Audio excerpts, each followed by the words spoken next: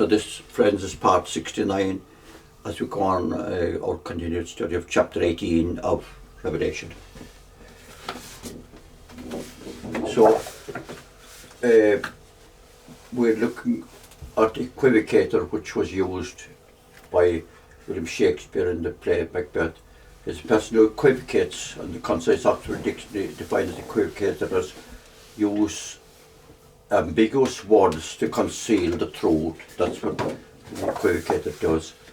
So the Catholic Church does commit fornication with world leaders. The Concise Oxford Dictionary defines fornication as voluntary sexual intercourse between unmarried persons or other than between husband and wife. The Vatican has unlawful intercourse with the world leaders by having a close association with them. This has nothing, like I said, to do with sex. It is spiritual fornication. Come out of her, my people.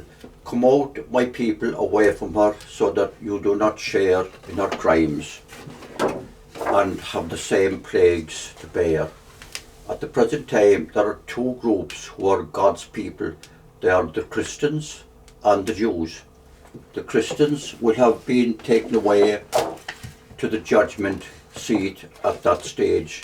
They will have been sworn in as the new government in Jerusalem. Because don't forget, the living and the dead will be judged. The group of, it appears a very small group of Christians, true Christians, will exist when Christ comes. They will be called to the judgment and they will never die. They'll be given everlasting life. He who lives and believes in me will never die, said Jesus. So the only group then, they will have been sworn in as the government in Jerusalem. So my people will be the Jews. There will be a call sent out to the Jews in the Catholic countries to leave and go to Israel. The call will come from heaven, from the government in Jerusalem. There are about 30,000 Jews in Italy, 50,000 in Spain, 1,000 in Portugal, 500,000 in France. 500,000 in France, wow. Yeah, it's a huge number, but a lot of them have, maybe less now because quite a few have gone to Israel. 9,000 in Poland, 75,000 in Hungary, 8,000 in Austria, 40,000 in Mexico, 107,000 in Brazil, 180,000 in Argentina. That's a big number. But about 6 million in America, which is the highest number of all apart from Israel itself. So the call will go to all of them then in these Catholic countries to come out and go to Israel. And it will come from that fellow Jew who will be king in Jerusalem. I am the queen on my throne. She says to herself, I am the queen on my throne. I am no widow and shall never be in mourning. Points to note, I am the queen on my throne. A queen reigns over her subjects. As we well know, Queen Elizabeth has reigned 70 years over her subjects. She reigns over the people in her kingdom. Who does the Catholic Church reign over? It reigns over the world leaders through its political influence over them. It also reigns over its own Catholic people. I am no widow. If she is not a widow, she must have a husband. And her husband is, in this case, the European Union, which has done so much to shape, where she has done, herself has done so much to shape. But of course, you could say that she is also married to the whole ruling class. So, her husband would especially be in the European Union. I shall never be mourning. So she is thinking to herself, oh, it's great times ahead. Great, I will never be in mourning means that I have nothing to worry about. Everything will be grand. Items which are traded by the church. Now, these items are all listed as part of the church's trade: gold, silver, jewels, pearls, linen, purple, silk, scarlet, sandalwood, ivory, fine wood, bronze, iron, marble, cinnamon, spices, myrrh, ointment, incense, wine, oil, flour, corn, cattle, sheep, horses, chariots, slaves, human cargo. For slaves and human cargo, the Catholic Knox version gives men's bodies and men's souls. The New King James Version gives bodies and souls of men. Points to note: gold, silver, jewels and pearls. These are used in the decoration of churches. They are also used in the making of chalices and monstrances, which are used at benediction. Linen, purple, silk and scarlet. These are used in altar coverings and in the robes of the clergy, priests, bishops and cardinals. Ivory, fine wood, bronze, iron, marble. These are used in the building of churches, cathedrals, monasteries and convents. Incense is used at High Mass and benediction. Flour is used to make the communion bread. Wine is used at Mass, and the priest always drinks wine at Sunday Mass. The congregation also, in many cases, are given wine as part of communion.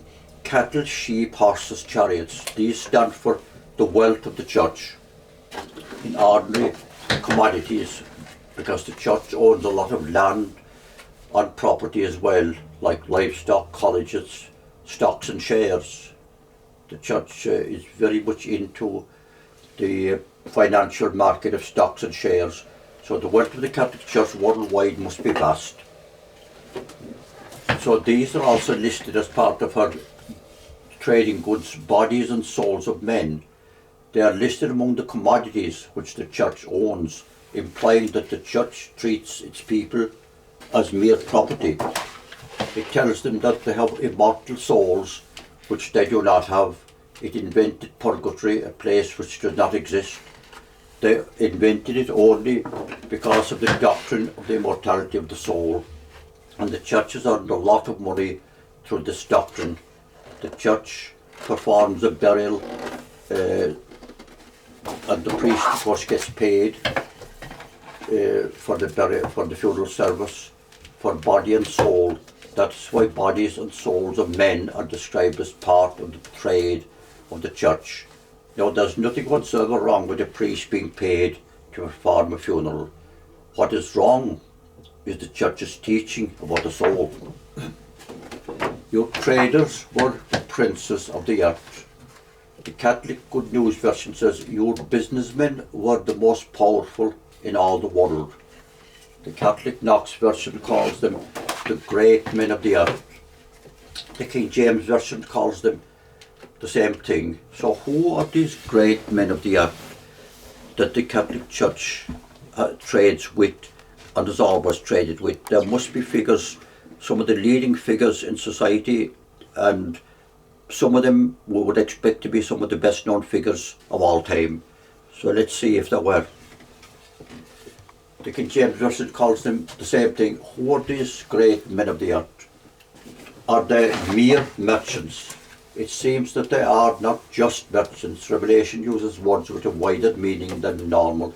Merchants sell their goods for a price. Skills are also sold for a price. Painters, sculptors, architects and composers all sell their skills for money, which is a perfectly normal and proper way of making a living. The Catholic Church has always called on their skill widely and regularly. We might rightly here regard them as merchants, selling their services to the church, that is. Here we come face to face with some of the great men of the earth. Let's start with one Michelangelo Buonarroti. We know him as Michelangelo. He was born on the 6th of March 1475 in Caprese, Italy. He painted the Sistine Chapel and painted the ceiling. That's in the Vatican over a 4-year period from 1508 to 1512. It is a cornerstone of high Renaissance art. It was commissioned by Pope Julius II. The paintings in the chapel by Michelangelo includes the Last Judgment, and the chapel also has paintings by Sandro Botticelli and tapestries by Raphael, who was actually Raffaello Censio da Urbino. The conclave is held in the Sistine Chapel, and this is the election of a new pope. Michelangelo had an unparalleled influence on the development of Western art. That information about Michelangelo and the Sistine Chapel is from Wikipedia, and all this section will be from Wikipedia. Leonardo da Vinci. He was born on the 15th of April 1452 in Arciano, Italy. He painted the Mona Lisa and the Last Supper. The Mona Lisa is the most famous portrait in the world. A portrait usually means a painting, statue or photo of a person. The Mona Lisa has been described as the best known, the most visited, the most written about, and the most sung about work of art in the world. It is in the Louvre Museum in Paris. Leonardo's painting brush was courted by kings and religious orders for his extraordinary insight into the sacred. His first commission was to paint the Virgin of the Rocks, given to him by the Confraternity of the Immaculate Conception. It celebrated the office of the Immaculate Conception, which was written by Friar Bernardino de Buti. This office was written as a prayer to be recited by the clergy. The office for the Virgin on the Rocks was approved by Pope Sixtus IV, and Leonardo did this painting in 1483. The Last Supper was commissioned for the refectory of the convent of Sancta Maria della Grazia in Milan. Now moving on, Gian Lorenzo Bernini. He was born on 7th December 1598 in Napoli, Italy. We know it as Naples. He was perhaps the greatest sculptor of the 17th century and an outstanding architect as well. He earned the patronage of Pope Paul V. His greatest patron was Cardinal Maffeo Barberini. His early works attracted the attention of Cardinal Scipione Borghese, a member of the reigning papal family. He designed St. Peter's Square in Rome. He began work on St. Peter's in 1629. His work was shaped by his fervent Roman Catholicism. He attended Mass every day and received communion twice a week. With the pontificate of Pope Urban VIII, Bernini entered a period of enormous productivity and artistic development. Urban, as Pope Urban VIII, urged Bernini to paint and to practice architecture. It was during Urban's reign that Bernini worked at St. Peter's.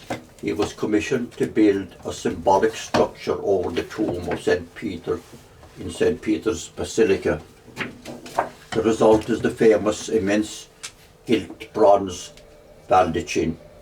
He would agree with the formations of the Council of Trent that the purpose of religious art was to teach and inspire the faithful and to act as propaganda for the Roman Catholic Church. His most spectacular religious decoration is the throne of St. Peter, which is a cover for the Pope's throne. He designed the St. Angelo Bridge, which crosses the river Tiber and leads to the Vatican. Bernini meant the bridge and his designs at St. Peter's to be a powerful expression of papal power to support and inspire Roman Catholic pilgrims to the Vatican. Now, coming nearer home to the land of England, we come to Augustus Welby Pugin. He was born on the 1st of March 1812 in Bloomsbury, London. He was an architect, designer and artist. His work reached its high point in designing the interior of the Palace of Westminster and the House of Commons. He also designed the iconic Elizabeth Tower, which houses Big Ben. He designed many churches in England, Ireland and Australia. Churches which he designed in England include St. George's Cathedral, Southwark, London, St. Augustine's, Ramsgate, Kent, St. Peter's, Woolwich, London, St. Mary's, Uttoxeter. He designed Mount St. Bernard Abbey free of charge. This is a Cistercian monastery in the county of Leicestershire. All these churches, as well as the abbey, were Catholic. He was, of course, a devout Catholic. A presbytery is a house where a Catholic priest lives. Pugin designed presbyteries are Derby, Keighley, Warwick Bridge, Nottingham, Cheadle, Brewood, Fulham and London. In Ireland he designed the Catholic cathedrals of St. Aidan's in Scotland, County Wexford, and St. Mary's Cathedral, Killarney, County Kerry, which is the cathedral where I was ordained. He also designed the Russell Library at St. Patrick's College, Meadowood, County Kildare, which was the principal seminary in Ireland for training students for the priesthood. Augustus Welby Pugin died on the 14th of September 1852 at the young age of 40. It's incredible how much he achieved in such a short life. He died at his home, which was called the Grange in Ramsgate, Kent, and he was laid to rest in nearby St. Augustine's Church, which he had designed. And we're